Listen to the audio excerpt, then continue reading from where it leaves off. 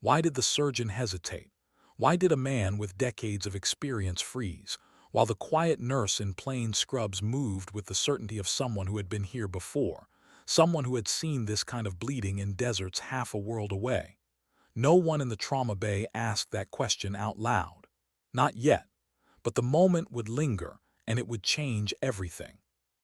The night had started quietly enough. Fluorescent lights hummed over the polished floors of Whitefish Regional Medical Center. The building was never truly dark, never truly silent, but there was a lull in the late hours, an artificial calm before the storm that hospitals always knew was coming. Nurses signed charts. Machines idled, waiting for alarms. Outside, the Montana mountains stood like black silhouettes, dusted with the early bite of September snow.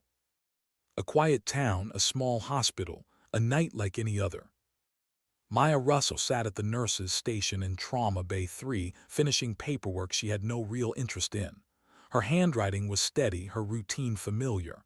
To anyone watching, she was just another nurse working the night shift, competent, unremarkable, blending in. And that was how she liked it. Blending kept her safe. Quiet kept her invisible. It had worked for almost a year. Then the radio crackled, breaking the silence like glass. Whitefish Regional, this is Med Flight 7. We have a military trauma inbound. ETA 4 minutes. Patient is a 29-year-old male. Multiple penetrating injuries from a training accident. Massive blood loss.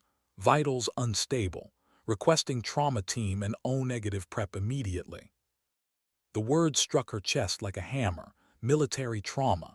She hadn't heard that phrase in years, not since she'd walked away from that life. Her pen stilled on the chart. For a heartbeat, she didn't move. Then the training buried under layers of silence came roaring back. Her body knew what to do before her mind could argue. She paged the trauma team, her voice steady, her face unreadable. But inside, her pulse quickened, her stomach tightened. She thought she'd escaped this. She thought she'd built a world where military and medicine didn't collide anymore. Within 90 seconds, the trauma bay transformed. White coats and scrubs converged. Machines powered on. IV lines were readied. The air filled with the controlled chaos of professionals preparing for a fight against time. Dr. Jonathan Sterling strode in at the head of it all, his white coat crisp, his silver hair smoothed back as if appearances mattered even now. He was the kind of surgeon who commanded every room he entered, his voice sharp, his authority never in question. Behind him came Dr. Patel, still young enough to look alert despite 30-hour shifts, and two more nurses, their movements automatic, their faces determined. "What do we know?" Sterling's voice cut through the noise. Maya stepped forward. Navy SEAL, training accident near Kalispell, multiple shrapnel wounds. They've been trying to stabilize him for 20 minutes, but he's deteriorating. Sterling flicked his gaze toward her, dismissive, almost annoyed she'd spoken at all.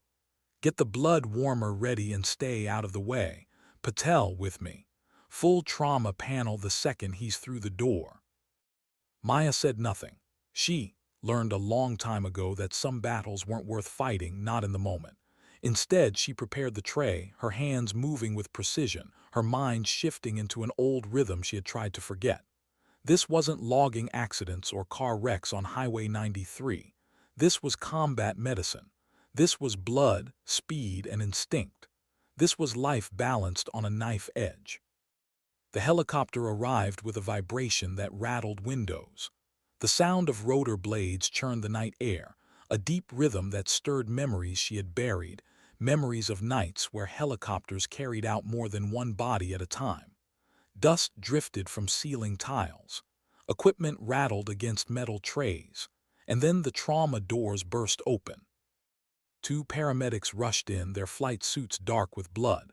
Between them, strapped to a backboard, lay a man barely clinging to life. Sergeant Ethan Walsh. Late 20s, strong once but pale now, his jaw clenched against pain. His tactical gear had been cut away, his torso a map of destruction. Shrapnel wounds dotted his chest and abdomen, some small and sharp, others gaping and angry. Blood soaked the dressings, dripping onto the floor as they transferred him to the gurney. "BP 70 over 40 and dropping," one paramedic shouted. Heart rate 130. 2 units pushed en route, but he's bleeding faster than we can replace. Lower right quadrant uncontrolled. Sterling was at the gurney immediately, peeling back gauze, assessing damage with mechanical precision. Get him on oxygen. 4 units now. Patel, check for pneumothorax. Portable ultrasound. The team swarmed. Lines inserted. Monitors attached. The machines screamed alarms, their red numbers confirming what everyone already knew. This man was dying and time was running out. Maya moved to the opposite side, her eyes scanning Ethan's wounds. Her gaze was clinical, her assessment immediate. She had seen this before, not in a classroom, not in a civilian hospital, but on battlefields where the nearest sterile operating room was a helicopter ride away, where you had to improvise with your hands and whatever supplies you could carry. The shrapnel pattern told her enough. A training grenade gone wrong. The pulsing flow of blood in his abdomen told her more. She didn't need imaging to know what had been hit. Liver laceration, she said firmly, her voice calm but cutting through the noise. Grade 3 or 4, that's your bleeder. Sterling didn't even look at her. I can see that, Nurse Russo, focus on your job. But her hand hovered near the clamp, her instincts screaming. If we don't get pressure on the hepatic artery before you move him, he'll bleed out before you get him to the OR. I said focus on your job. Sterling's tone was sharp, final, a dismissal wrapped in authority. Maya forced herself to step back, her jaw tightening, her chest burning with restraint. She knew how hierarchy worked. She knew how pride operated in rooms like this. But then Ethan convulsed, his body arching against the restraints, his chest heaving shallow gasps. The monitor alarm spiked. Oxygen plummeted. The line on the cardiac screen began to flatten. He's crashing, Dr. Patel's voice cracked with fear. We're losing him. Sterling froze, his hands hovered. His mind raced, searching for textbook answers that weren't there. For the first time in years, the authority in his eyes faltered. He didn't know what to do. Maya didn't hesitate. She stepped forward, her voice slicing through the chaos with command. Clamp the hepatic now or he's gone in 60 seconds. Nurse Russo stepped back. Sterling's voice was strangled, pride bleeding into desperation. Clamp it now. Her tone didn't rise with panic. It rose with authority, with the weight of someone who had given orders before in places where hesitation meant funerals. The monitors screamed. Ethan's lips turned blue. Blood pooled beneath the gurney, dark and spreading. Seconds stretched, pride and fear locking Sterling in place. Maya didn't wait. She reached across, grabbed the clamp, and pushed her hand into the wound. She didn't need imaging. She didn't need permission. Her fingers found the artery by feel alone, years of muscle memory guiding her. She clamped with calibrated pressure. Not too much. Not too little, just enough. The bleeding slowed, then stopped. The monitors still screamed for a few seconds, then stabilized. Blood pressure crept upward. Cardiac rhythm steadied. Oxygen climbed back into the realm of possibility. Life returned to a body already halfway gone. The room fell silent. Maya kept her hands steady, her eyes on the monitors, her breath calm. He's stable. Get him to the OR now. You've got 20 minutes before deterioration begins again. Sterling stared at her, his face pale under the harsh lights. Fury and disbelief warred in his eyes. His entire team was watching. They had all seen it. The moment their chief surgeon froze and a nurse stepped in to do what he couldn't. They wheeled Ethan toward the operating room. Maya kept pace, her hands still maintaining pressure. No one spoke.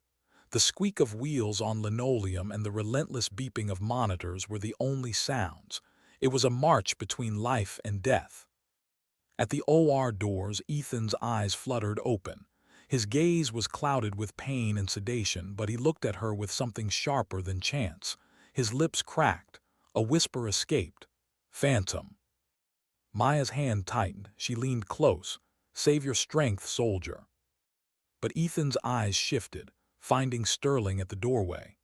Despite the blood loss, despite the weight of unconsciousness pressing down, He forced words clear enough for all to hear.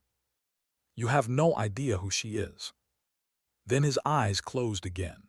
The surgical team swept him into the lights, leaving Sterling frozen in the hallway, those words echoing, heavy and unanswerable. Maya stood still, her gloves drenched in blood. She'd known this moment would come. You couldn't hide forever. Not when the past had a way of bleeding back into the present. Not when soldiers you once saved whispered names you tried to bury. She peeled off her gloves, steady hands despite the adrenaline burning through her veins. She took one quiet breath, a breath of acceptance. The quiet life she had built here in Whitefish was already cracking. Anonymity was gone. Tomorrow the questions would start. Tomorrow the whispers would spread. But tonight one soldier lived. And in Maya Russo's complicated calculus, that was the only thing that mattered. Sometimes dignity doesn't speak, it simply acts. How much truth can one woman carry before it breaks her? That was the question echoing in Maya Russo's mind as the night blurred into morning. A man lived because she refused silence. But silence had been her only armor for 3 years. Now it was cracking, and she could already feel the weight of eyes turning toward her, searching for answers she wasn't ready to give. The operating room gleamed under surgical lights, shadows banished into corners as the team worked with the cold focus of experience. Dr. Jonathan Sterling stood at the table, hands steady, movements precise, suturing the torn liver with mechanical expertise. To anyone else, it was the same Sterling they had always known, unshakable, composed. But inside his chest, a storm raged. He couldn't stop hearing Ethan Walsh's words. "You have no idea who she is." Sterling had built his career on control, on being the man who always knew the next step. But tonight, a nurse, had steadied the chaos when his hands froze. She had reached inside a man's body without imaging, without hesitation, and found the artery as if she'd done it 100 times before. His pride wanted to call it recklessness. His heart knew it was something else, something beyond the training of any civilian nurse. "Clamp," he said flatly, accepting the instrument from Patel. His resident kept her questions buried, her gaze flickering toward him with the memory of what they had both witnessed. Silence filled the room where curiosity wanted to bloom. The rhythm was different tonight. No one said it, but they all felt it. 27 minutes later, the surgery was complete. Ethan Walsh was alive, his vitals holding. The team stripped off gloves, masks sagging with fatigue. Sterling left without his usual debrief, his mind pulled elsewhere. The hallway stretched long and empty as he walked, each step echoing louder than the last. He found her in the supply room, restocking trauma kits as if nothing had happened. Methodical, calm, like a storm hadn't just blown through her hands. "Nurse Russo." His voice came out harder than intended. She didn't look up immediately. She finished counting gauze pads, checked expiration dates, then turned. Her face was composed, professional. "Dr. Sterling, what you did tonight was reckless, dangerous. You violated protocol. You countermanded my orders in front of the team." Her reply was measured, but there was iron beneath it. "That soldier is alive because I violated protocol. Would you prefer he was?" "That's not the point." "That is exactly the point." Her voice sharpened just enough to cut. "File a complaint. Suspend me. Do whatever you need to preserve your pride. But you know as well as I do, if I had stayed silent like you ordered, you would have been calling his family tonight." The truth settled heavy in the sterile air. Sterling's jaw tightened, the weight of authority slipping through his fingers. He wanted to argue. He wanted to reassert hierarchy, to push her back into the role of background nurse. But the image of Ethan flatlining rose in his mind, and his own frozen hands. He swallowed the words that wouldn't come. "Who are you?" he asked instead. The question wasn't loud, it wasn't even forceful, but it was the only one that mattered. Maya's eyes stayed steady on his. "I'm a nurse at this hospital. That's all you need to know." "That's not all," Sterling pressed. "That man called you Phantom. That's not a name, that's a call sign. Military. You weren't trained in civilian hospitals. You knew exactly where to clamp without ultrasound, without hesitation. That doesn't come from textbooks, that comes from experience, from the field. Something flickered in her gaze, a shadow she couldn't completely bury. My credentials are on file. If you have questions, take them up with HR. I'm not talking about credentials. I'm talking about the way you moved, the way you commanded. You've been in the field, special operations. She said nothing. The silence was answer enough. Finally, she spoke soft, almost a whisper. Some things are better left alone, Dr. Sterling, for everyone. She brushed past him, her composure intact. But his world no longer felt intact. The rigid lines of authority that had always guided him blurred, disrupted by a woman who moved through them like water, impossible to contain. Down the hall, Recovery Ward C slept under dim lights, machines softly beeping in steady rhythms. Maya moved with the quiet steps of someone who had walked such corridors too many nights before. Ethan Walsh lay propped in bed, pale, tubes snaking from his arms, monitors keeping watch over a fragile body. His eyes were open, staring at ceiling tiles, the kind of stare soldiers carried when their bodies rested but their minds refused. "You should be asleep," Maya said softly, adjusting his IV. Couldn't, his voice was rough, torn by tubes and trauma. Kept thinking I was back in Kandahar. Her hands stilled. "You're in Montana, Whitefish Regional, you're safe."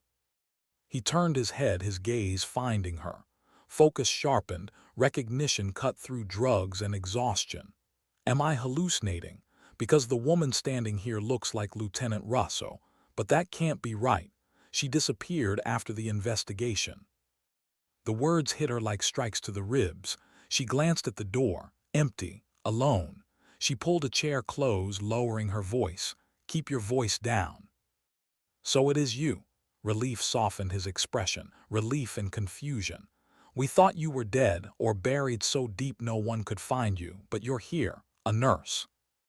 "I am a nurse, that's what I do now." "That's not what you did when I knew you." He tried to sit up, winced with the effort. She steadied him, adjusting the bed controls. His determination burned through pain. "You trained my team in combat medicine. You taught us how to keep each other alive when everything went to hell. You saved my life twice before Afghanistan was finished with me. And tonight you did it again. That's who you are, Lieutenant. Whether you wear camo or scrubs doesn't change it." Her eyes fell to her hands, clean now but still remembering his blood, still remembering others. "I'm not a lieutenant anymore. That person doesn't exist." "What happened after Kandahar?" he asked, voice raw. "After the tribunal, command locked it all down. We heard rumors, nothing else." "They wanted it buried," Maya said flatly. "And so did I." He studied her face, pale in the monitor glow. "The war crimes investigation, the officers you testified against, did they ever?" "No," her voice was sharp, cutting him off. Then softer, bitter. "One retired with honors, 2 were transferred quietly. The evidence I gave was inconvenient, that's all, inconvenient." Ethan's jaw tightened. "So you disappeared." "I started over, civilian credentials, a place no one would look." Her voice steadied as if she was reminding herself. "I save lives here, without politics, without commanders covering lies, just medicine." "It's never that simple." "It has to be," she whispered, almost to herself. The door creaked open. A younger nurse entered, Sophie Anderson, bright-eyed despite the late hour. She froze briefly at the sight of Maya by Ethan's bed, curiosity lighting her face. "Oh, I didn't know you were still here, Maya. Just checking post-op meds." Sophie's hands moved, but her gaze lingered on Maya. "What you did tonight was incredible."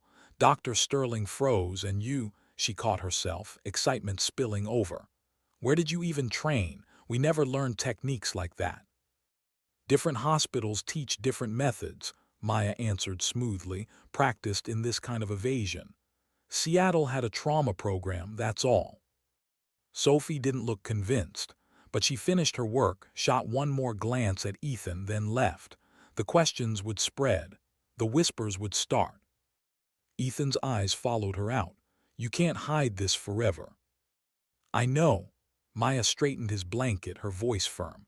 "Which is why you'll tell no one what you recognized. As far as this hospital knows, I'm just another nurse." His gaze softened with sympathy. "You can't carry this alone forever." "Watch me," she said. But as she walked out into the dim corridor, leaning briefly against the wall, she felt the crack widening. The quiet life she had built here wasn't just fragile, it was already shattering. Morning came too fast. 3 hours of restless sleep in her apartment above the hardware store had done nothing to ease the storm. The hospital buzzed with day-shift energy, conversations stopping when she passed. Sophie's curiosity had already spread. She saved a SEAL's life when Sterling froze. She knew exactly where to clamp. She's done this before. Maya ignored it, chart in hand, eyes forward. But in recovery ward C, Ethan was waiting, sitting upright, color creeping back into his face. He greeted her with a grin too bright for someone fresh from the knife. "Good morning, Lieutenant." Her glare cut the word. "Just Maya or Nurse Russo, that other person doesn't exist." "Yes, she does." His voice was softer but sure. "Last night proved it." Before she could answer, Sterling walked in, Patel behind him. His posture was stiff, his tone clipped. "Good morning, Sergeant Walsh. Let's check your recovery." Maya moved to leave, but Sterling stopped her. "Stay, I want your assessment too." The exam was professional, the dialogue controlled. But Patel's glances toward Maya betrayed the questions burning in her young mind. Sterling finished with a calm pronouncement. "Recovery will take months.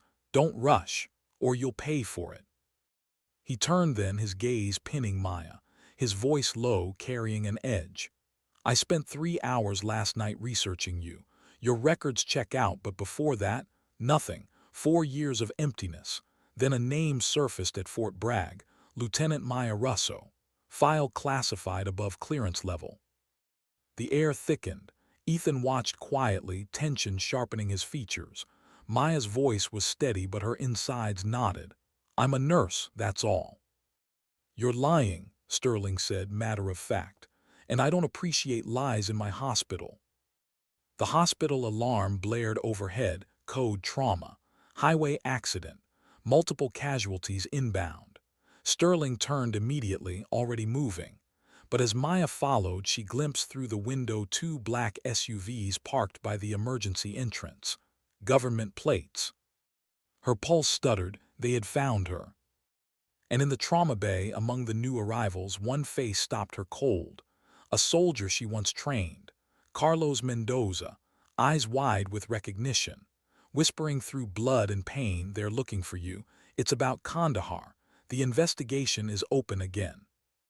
Her past had come for her, and this time she couldn't run. How long could she keep running from a truth that wanted to be found? That was the thought chasing Maya through every corridor, every sidelong glance, every whispered question. Last night had cracked her cover. This morning it was crumbling.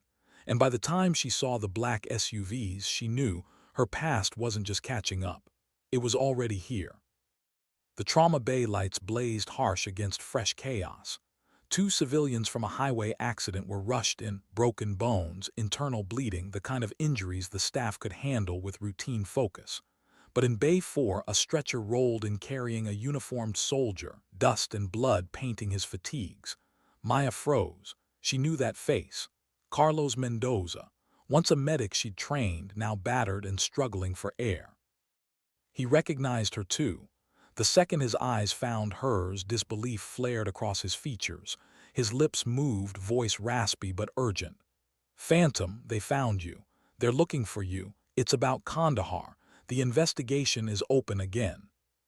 Her stomach dropped.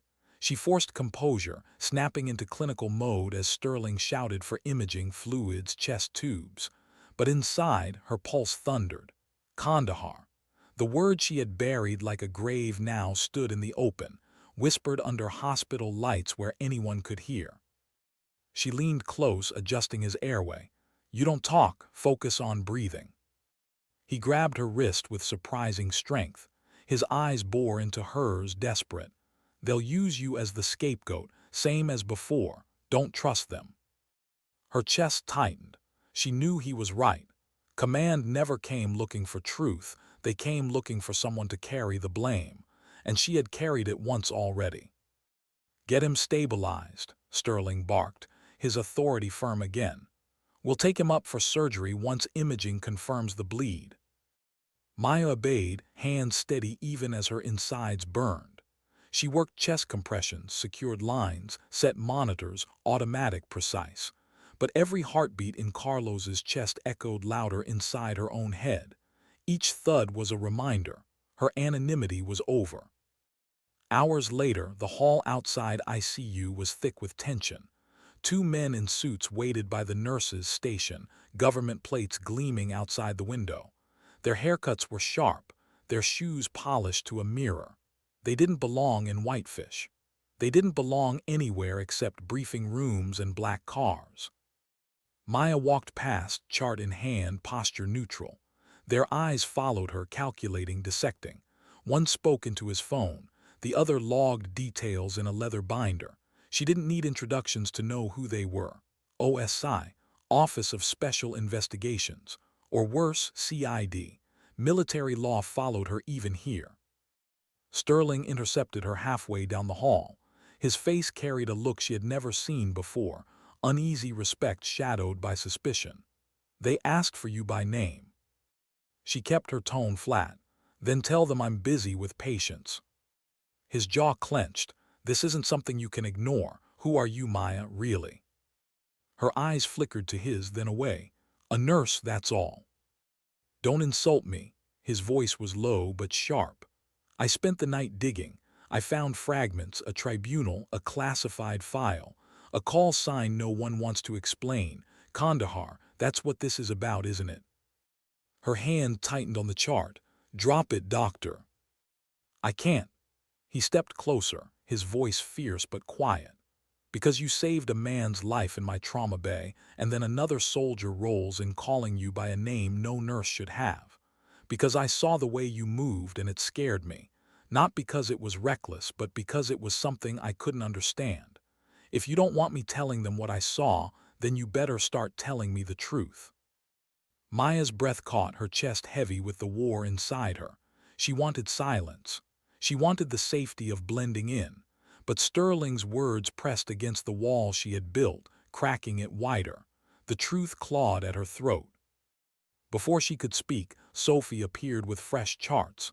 She stopped short, sensing tension in the air, her eyes darting between them. "They're asking for Nurse Russell again," she said nervously. "Said it was urgent." Maya exhaled slowly, then turned toward the waiting suits. "Fine, let's get this over with." The small conference room smelled of stale coffee and unease. The two agents sat across the table, their posture precise, their eyes sharp. One introduced himself as Agent Harper, OSI. The other didn't give a name. His silence spoke louder than words. "Maya Russo," Harper began smoothly, flipping through a folder too thin for comfort. "Or should we say Lieutenant Maya Russo, Phantom, former 10th Special Forces medical officer, Kandahar Tribunal witness, disappeared 3 years ago." Her hands stayed folded on the table. "I'm a nurse, that's all I am now." "That's convenient," Harper said, leaning back.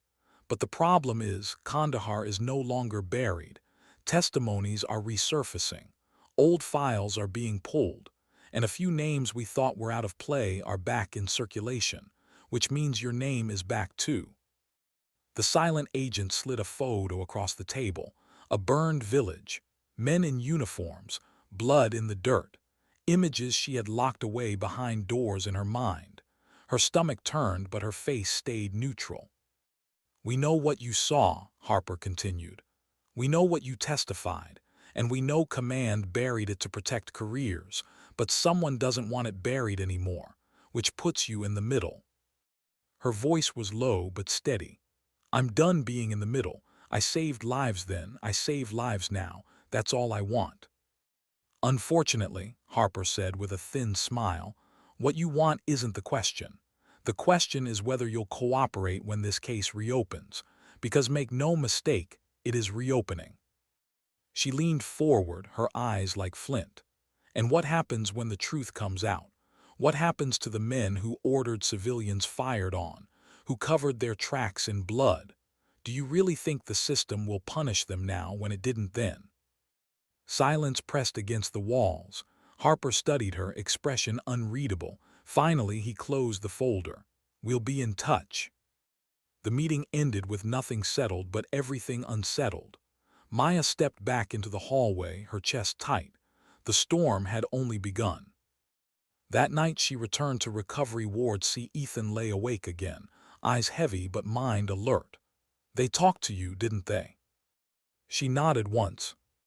"They'll try to drag you back in," he said. "Use you, break you again." Her voice cracked for the first time in days. "I can't go through it again. Not the lies, not the silence in courtrooms where truth doesn't matter." Ethan reached weakly for her hand. "Then don't do it for them, do it for us, for the ones who can't speak, for the ones buried with no names. You're the only one who can." Her throat tightened, eyes stinging. "I don't know if I have that strength left." "You do," he whispered. "I saw it last night. We all did. Phantom didn't die in Kandahar. She's still here." Maya stood in silence, staring at his broken body, feeling the weight of ghosts pressing in. She had built this new life to escape them, but maybe escape had never been possible. Maybe the only way through was to face them again. As she turned to leave, she caught her reflection in the glass, scrubs, badge, hair pulled back. A nurse. Ordinary. But beneath, she saw the shadow of someone else. Someone the world wasn't supposed to remember. The past was knocking, and this time it wasn't asking permission. What do you do when every corner of your life feels like a hallway with no exit? That question pulsed in Maya's head as she walked back into the ICU, charts pressed to her chest like a shield. The black SUVs were still parked outside. The agents were still watching. And Sterling's unfinished question, "Who are you, really?" echoed louder than the alarms that had filled her night. Carlos Mendoza was stable for now, though tubes snaked from his chest and oxygen hissed into his lungs. His presence was a reminder that the walls between her two worlds, Phantom and Nurse Russo, had finally collapsed. She tried to bury the panic, focusing on numbers, vitals, oxygen saturation. Medicine was simple. Numbers didn't lie, but people did. Command did. And soon she would be asked to lie again. Sophie appeared at her side, bright as ever, though now there was something sharper in her gaze. "You've been everywhere today. No rest." "Patients don't wait," Maya answered, eyes on the monitor. "You know," Sophie said cautiously, "people are saying last night wasn't the first time you've done something like that. That it looked too natural, too fast, like it wasn't your first battlefield." The word battlefield cut. Maya kept her face steady. "Hospitals are battlefields. You'll learn that soon enough." Sophie didn't look convinced, but she said nothing more, stepping back into the hum of machines. Still, Maya could feel it, questions curling around her like smoke. It was only a matter of time before smoke became fire. By noon, the agents returned. Harper, smooth-voiced and cold-eyed, intercepted her in the stairwell. His partner lingered at the landing above, silent as a shadow. "You're difficult to pin down, Ms. Russo," Harper said, as though they were discussing something trivial. "Always moving, always slipping past conversations." She kept walking, her pace brisk. "Because I have patience, that's my job." "You had another job once," he said, voice soft but cutting. "One that earned you a name. Phantom. The woman who testified against her own chain of command. The one who vanished when it became inconvenient. We've read the files, at least the parts that weren't blacked out." She stopped mid-step, back straight, hand gripping the railing. "If you've read the files, then you know why I left." "You left because they wanted you silent," Harper said smoothly. "And you agreed. You signed the papers, walked away, built a quiet little life. But now, silence isn't on the table anymore." She turned, her eyes cold. "What do you want from me?" "To cooperate," Harper said simply. "Testify again, this time not buried, this time not locked behind classified walls. We'll protect you." Her laugh was sharp, bitter. Protect me, like they protected the civilians in Kandahar, like they protected the whistleblowers before me. You don't protect people like me. You use us. And when we've served our purpose, you bury us again. Harper's smile didn't falter. Maybe, but what happens if you refuse? They'll drag you into the open anyway. Only this time without your voice, without your side. They'll write your story for you. That was the threat, and she knew it wasn't empty. Back in recovery ward C, Ethan watched her enter, reading her face like a soldier reads weather before a storm. They pressed you, didn't they? She sat beside him, shoulders heavy. They want me to testify again. And you don't want to. I don't know what I want, she admitted, her voice low. I wanted peace, a quiet life, patients who didn't know me as Phantom, but that's gone now. They'll tear this apart piece by piece until I'm nothing but a headline. He studied her for a long moment. Do you know why we called you Phantom? He asked. She didn't answer, but her eyes softened, remembering. It wasn't because you disappeared. It was because you were always where you needed to be, in the chaos, in the worst moments. You were the one who showed up when no one else could. Her throat tightened. She didn't want the name, not anymore, but his words clung. You still have that choice, Ethan said, to show up or to let them write the story for you. She sat in silence, the weight of it all pressing down, heavier than body armor ever had been. By evening, Sterling found her in the supply room again. He didn't enter with accusations this time. He entered quietly, leaning against the doorframe. His silver hair was mussed, his face lined with exhaustion. I was hard on you, he admitted. Too hard, pride's a stubborn thing. She didn't respond, busying her hands with bandages, keeping her eyes down. But I need you to know something, Sterling continued. Whatever your past is, whatever name you went by, you're one of the best I've seen, and I've seen a lot. Her hands stilled. She glanced at him, searching for mockery but finding none, only sincerity wrapped in fatigue. You don't owe me the truth, he said softly, but you should know I'll back you, whatever comes. For a moment she wanted to believe him, wanted to lean into the idea of someone standing beside her, but she knew better. Trust was a currency she couldn't afford. Still, she nodded once, a silent acknowledgement. It was all she could give. That night she walked home through the cold Montana air, snow crunching beneath her boots. The stars above were sharp, distant, unblinking. Her apartment lights flickered on, and for a moment it felt like safety. But inside, the silence pressed too hard. The walls were too thin to hold the memories now clawing free. She pulled a box from the back of her closet. Dust clung to its edges. Inside, dog tags, photos, a folded flag, a patch with her call sign embroidered in black. Phantom. She held it in her hands, her breath unsteady. This was who she was, who she had been, who she could never fully escape. Her phone buzzed. Unknown number. She hesitated, then answered. A voice crackled through, deep, urgent. Lieutenant Rosso. You don't know me, but I know you. They're not telling you the whole truth. Kandahar isn't just being reopened, it's being rewritten. And if you don't step forward now, they'll erase you from it completely. The line went dead. Silence filled the room. Maya sat frozen, the patch clenched in her hand. The past wasn't just haunting her, it was hunting her. And the question pressed harder than ever. Would she keep running, or would she finally face it? How much truth can you carry before it starts to crush you? That thought gnawed at Maya as she sat alone in her dim apartment, the phone call still echoing in her ears. Kandahar isn't just being reopened, it's being rewritten. The voice hadn't said who they were, only that the story she'd fought to tell once before was being twisted again, erased, and with it, everything she had sacrificed. Sleep didn't come. Shadows moved across the ceiling. Every sound from the street below made her pulse jump. She wasn't afraid of danger, not anymore. She was afraid of the lies swallowing her life a second time. She had already lived through the weight of watching justice vanish behind closed doors. She couldn't do it again. By morning, her body moved on autopilot, carrying her back into the hospital as if routine could protect her.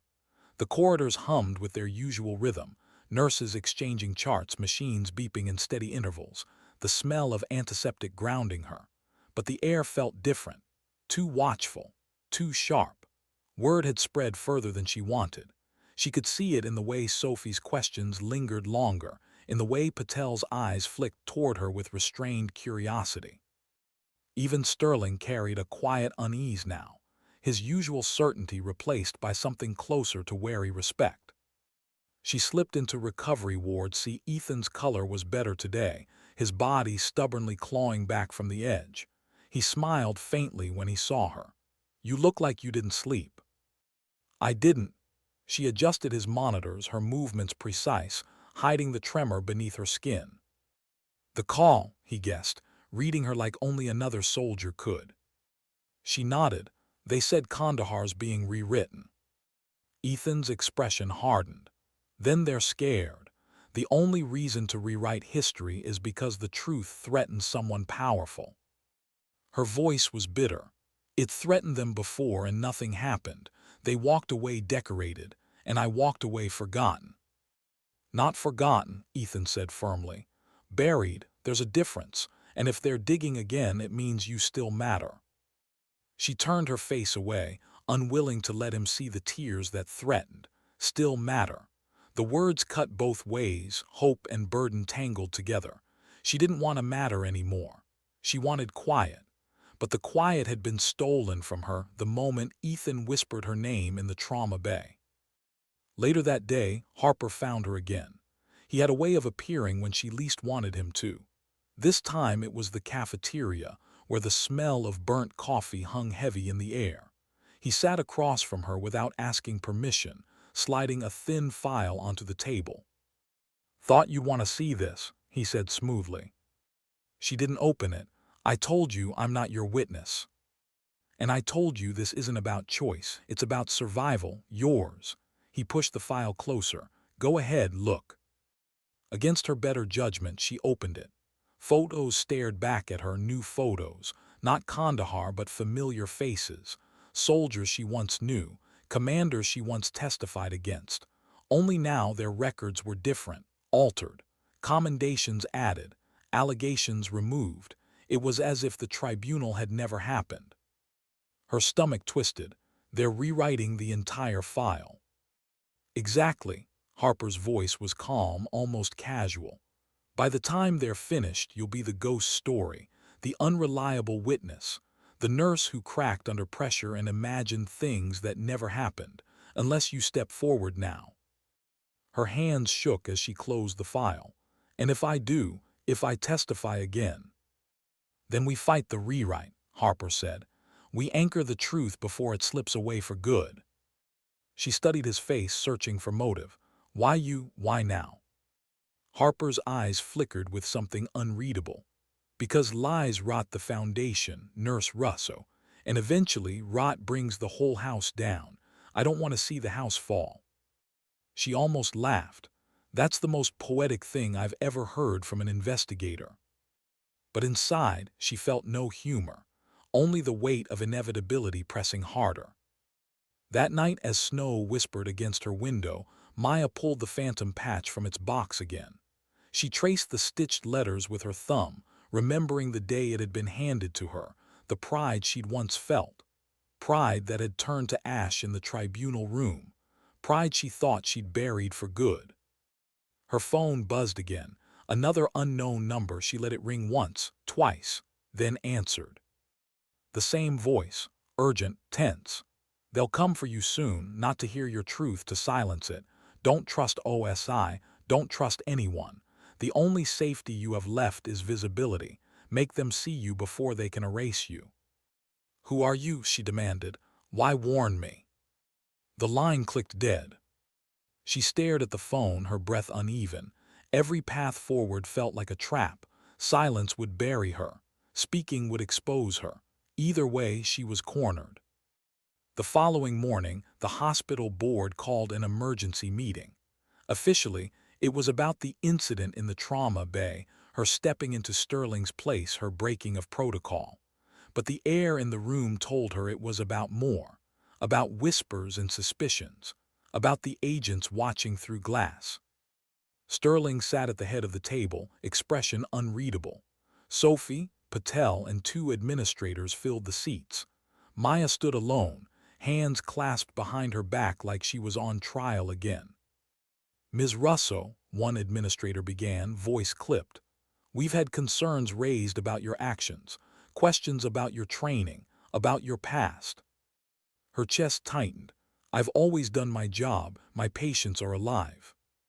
"That's not the issue," the administrator said coldly. "The issue is transparency. This hospital cannot afford shadows. If there are undisclosed elements of your background, we need to know." She opened her mouth, but Sterling raised a hand, silencing her. His gaze locked on hers, firm but not hostile. Her actions saved a life. More than one. That's all that matters here. For the first time, he wasn't questioning her. He was defending her. But the administrators weren't convinced. "We'll review this further," one said, closing the file in front of him. "For now, you may continue under observation." Maya walked out of the meeting with her composure intact, but inside her heart raced. Under observation. They were closing in. Every move, every breath was being watched. The quiet life she'd built wasn't just cracking, it was gone. Back in Ethan's room, she sank into the chair beside his bed, finally letting the mask slip.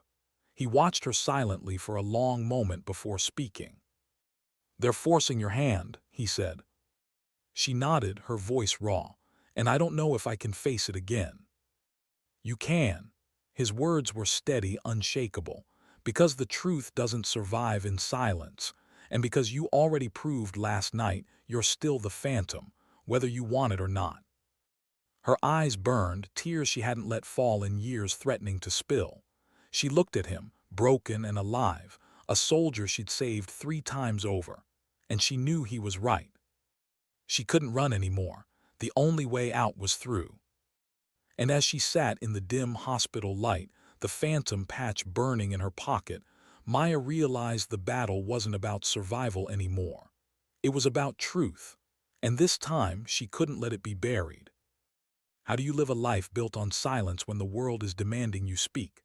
That was the storm in Maya's chest as she walked through the hospital's corridors the next morning. The walls that had once felt like safety now felt like glass, transparent and fragile. Everyone seemed to watch her more closely, Sterling with guarded curiosity, Sophie with hungry questions, and Patel with quiet unease. Even Ethan's eyes followed her with expectation.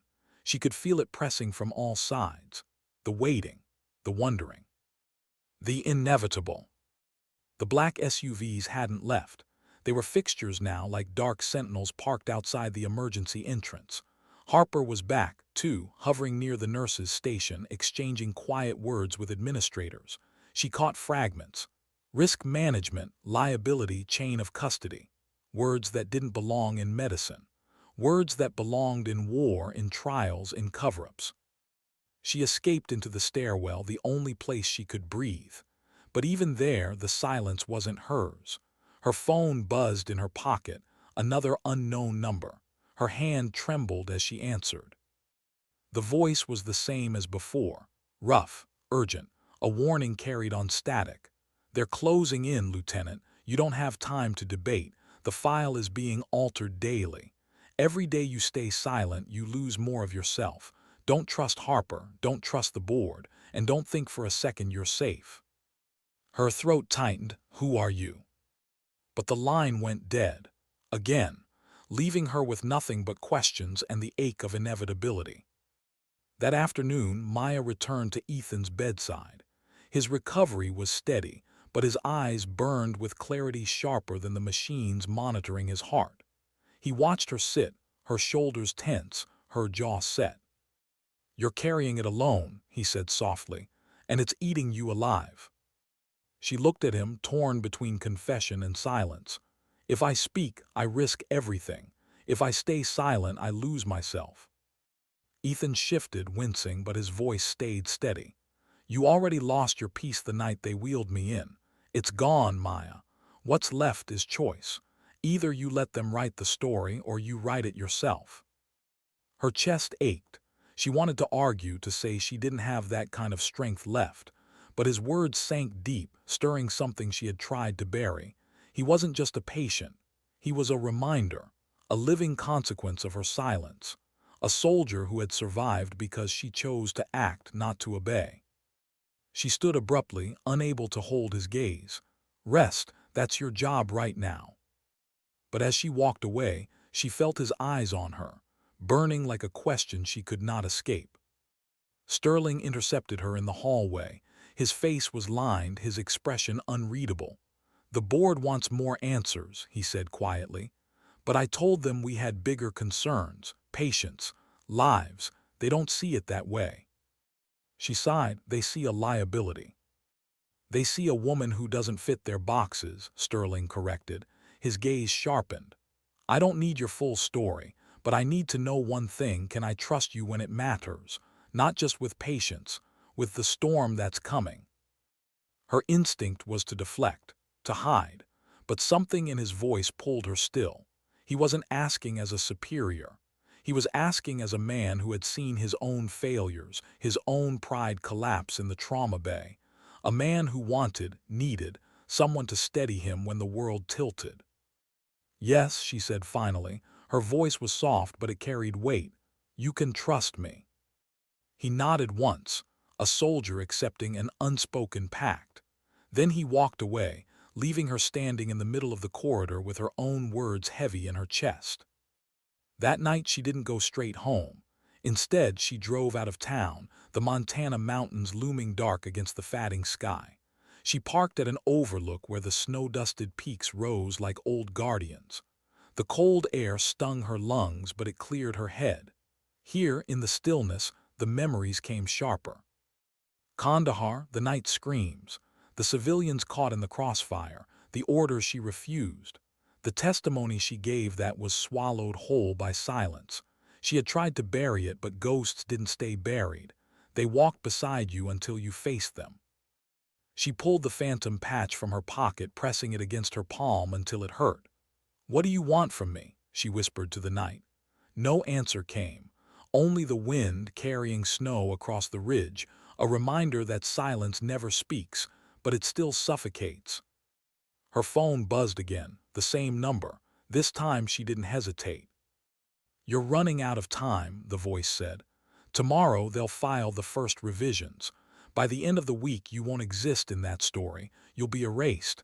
If you want to fight it, you need to step forward, publicly, loudly. It's the only way." Her voice cracked, barely more than breath. "And if I can't?" "Then you'll spend the rest of your life watching lies wear your face." The line clicked dead. Maya sat in the cold, the mountains stretching endless around her. Fear and resolve warred inside her, tearing her in half. But somewhere deep beneath the fear, a truth stirred. She couldn't carry silence anymore. She couldn't let them erase her again. Not this time, not again. She pressed the phantom patch against her chest, closing her eyes. And for the first time in years, she whispered her own call sign out loud. Phantom. The word tasted like fire, like defiance, like a beginning she hadn't chosen, but one she could no longer refuse. What happens when the silence you've lived in becomes more dangerous than the truth itself? That was the thought pounding through Maya's head as she drove into work the next morning, headlights cutting through fog that clung low to the Montana road. She gripped the wheel tight, her knuckles pale. The file Harper had shown her, faces she knew, rewritten into saints instead of perpetrators, still burned in her memory. She couldn't unsee it. She couldn't uncarry it. At the hospital, everything looked the same on the surface. Coffee cups lined the station. Charts shifted from hand to hand. But beneath the routine, she felt the change. Conversations stopped when she entered. Sophie offered a smile that carried too much curiosity. Patel avoided her eyes entirely. And Sterling gave her a look she couldn't read, equal parts guarded and protective, like a man standing on the edge of something he couldn't name. The weight grew heavier when she passed recovery ward. See, Ethan was sitting up more now, strength returning, but his eyes tracked her every step. He gave a small nod, silent but filled with meaning. "You know what you have to do." By mid-morning, Harper reappeared. Of course he did. He always had a way of finding her in moments where she thought she might breathe.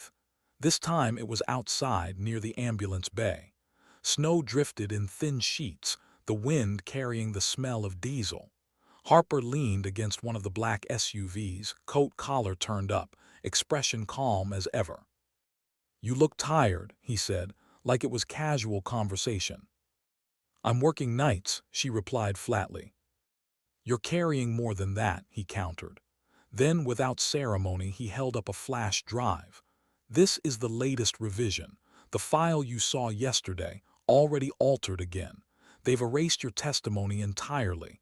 It's like you were never there." Her throat tightened. "And you're showing me this because you still have a window, small, closing fast. The longer you stay silent, the more impossible it becomes to reverse. Once it's locked, it's history, and history will remember you as a ghost." She wanted to laugh at the irony. Phantom, a ghost, a woman disappearing into silence, but no sound came, only the cold.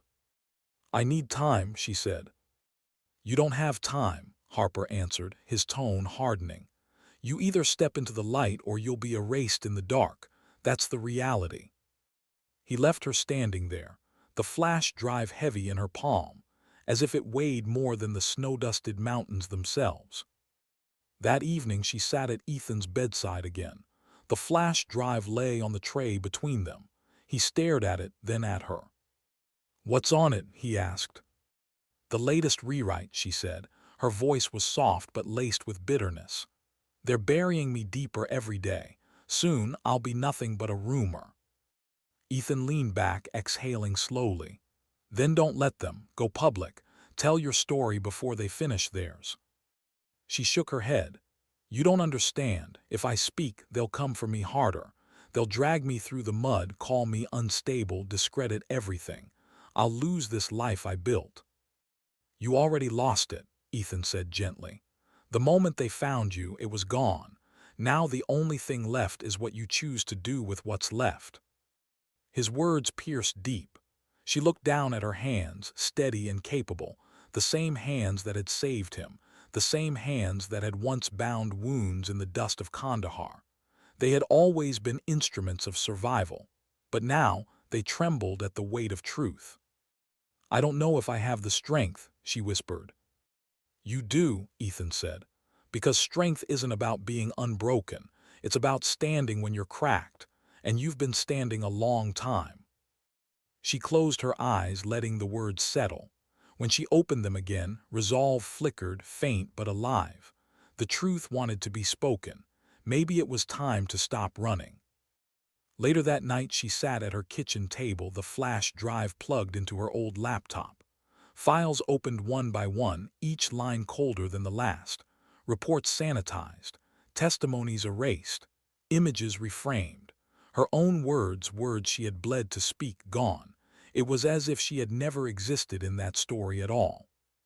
Her chest ached. She pressed her hand to it, fighting the tears that finally came. Not because she was afraid, but because it felt like losing herself all over again. She opened a blank document. Her fingers hovered over the keys, uncertain, shaking. Then she began to type, slowly at first, then faster. Paragraphs poured out, memories she had buried, truths she had silenced. Not for Harper, not for OSI, for herself, for Ethan, for Carlos, for the civilians whose names no one had remembered, for the ghosts who deserved better than silence. When she finally stopped, hours had passed. The screen glowed with her testimony, raw and unpolished but real. She sat back, exhausted, tears drying on her cheeks. The file was unfinished, but the hardest part had been done. She had broken the silence. Her phone buzzed again. Unknown number. This time she answered with steady breath. The voice was the same, but softer now. "You're beginning to see. Visibility is your shield. Don't hide anymore." "Who are you?" she asked again. But instead of silence, the voice gave her something new. "A friend who remembers Kandahar too. You're not as alone as you think." The line clicked dead. For the first time, Maya didn't feel like the call was a threat. It was a lifeline, thin, fragile but real. She sat in the dim light, the laptop screen reflecting in her eyes, the phantom patch on the table beside her. Tomorrow would bring consequences she couldn't control. But tonight, for the first time in years, she felt something stronger than fear. She felt ready. How do you choose between disappearing quietly or standing loudly enough that the world has to listen? That was the choice Maya faced as dawn crept into Whitefish, the hospital lights glowing like beacons against the fatting night. Her testimony file lay open on her laptop, raw and unfinished, but alive. Her silence had broken, and with it came a storm she could no longer outrun. The hospital buzzed with its usual rhythm. Alarms, rushing footsteps, murmured orders, but every glance felt heavier. Sophie's eyes were full of questions she didn't dare ask. Patel moved with forced professionalism, careful not to linger near her. And Sterling carried a weight in his gaze that wasn't judgment anymore. It was something closer to faith. Unsteady, reluctant faith, but faith nonetheless. She passed Recovery Ward C and paused. Ethan met her gaze with quiet fire. He didn't speak, didn't need to. His nod was enough. The time is now. Harper found her in the stairwell again. The man never seemed to sweat, never lost his composure. He held the same thin smile, the same eyes sharpened by agendas she didn't fully trust. "You have something for me?" he asked, as if it were inevitable. Maya stared at him, the weight of her flash drive burning in her pocket. "I have the truth," she said quietly, "but it's not for you." His smile faltered for the first time. "What are you planning?" "I'm planning not to be erased," she answered. Her voice didn't rise, but it carried a steel that surprised even her. "I'm planning to tell my story before you or anyone else rewrites it." "You'll paint a target on your back," Harper warned. "They'll come harder than before." "They already have," she said, turning away. "But if I'm going down, it won't be in silence." That evening, Maya stood outside the small local newsroom, her heart hammering harder than any battlefield had ever made it. The sign above the door was modest, the office inside even more so. But she knew what walking through that door meant. Visibility, irreversible visibility. No more hiding behind scrubs and late-night shifts. No more pretending Phantom had died in Kandahar. She clutched the flash drive in her hand, the testimony she'd written burning like fire against her skin. For a moment, fear nearly dragged her back. She thought of the quiet life she'd lose, the whispers that would become headlines, the agents who would circle closer. But then she thought of Ethan's broken body on the table, Carlo's whispering warnings through blood, civilians whose names never made reports. She thought of truth, silenced and suffocating. And she stepped inside. The interview wasn't polished. It wasn't rehearsed. She sat in a chair under two bright lights, her voice shaking at first, then steadying as she told her story. Kandahar, the orders ignored, the civilians caught between politics and fire, the tribunal that buried the truth. And her silence, her complicity in staying gone for 3 years. She didn't glorify herself. She didn't use the name Phantom. She spoke simply, plainly, the way truth demands to be spoken. By the time it was done, her hands trembled, but her chest felt lighter than it had in years. The journalist, a young woman with tired eyes and a recorder still running, sat in stunned silence. "Do you know what will happen when this airs?" she asked. "Yes," Maya said softly, "but I'd rather face what comes than disappear again." The fallout came fast. By morning the story was everywhere. Online forums, local broadcasts, then national. Her name wasn't whispered in hospital halls anymore, it was shouted across headlines. Nurse reveals buried Kandahar testimony. The Phantom speaks. Some called her brave, others called her a traitor. The agents returned, demanding answers she refused to give. The hospital board nearly suspended her on the spot, citing distraction and liability. But Sterling stood in the room with her, his voice unflinching. "She saved your soldier. She saves patients every day. And she told the truth when no one else would. If that's liability, then maybe you're in the wrong line of work." For the first time, Maya felt she wasn't standing completely alone. That night Ethan watched the news from his hospital bed, a faint smile on his pale face. When Maya entered, he muted the television, meeting her eyes. "You did it." Her chest tightened. "I don't know if I was ready." "No one ever is," he said gently. "But you didn't do it for readiness. You did it for truth." She sat beside him, weary but steady. "Now comes the hard part." "Maybe," Ethan said, "but you're not carrying it alone anymore." She closed her eyes briefly, letting the words settle. For the first time in years, she believed them. Weeks later, the dust hadn't settled. Investigations reopened. Old commanders scrambled. The system bent, resisted, but cracks had formed. Her quiet life in Whitefish was gone for good. Patients knew her story now. Colleagues saw her differently. Some looked with admiration, others with suspicion. But she no longer flinched under their stares. She had chosen visibility. She had chosen truth. One evening, as she walked out of the hospital, snow falling soft around her, Sophie caught up to her. "Maya," she said carefully, "I don't know how you carried that for so long, but I'm glad you finally let the world see."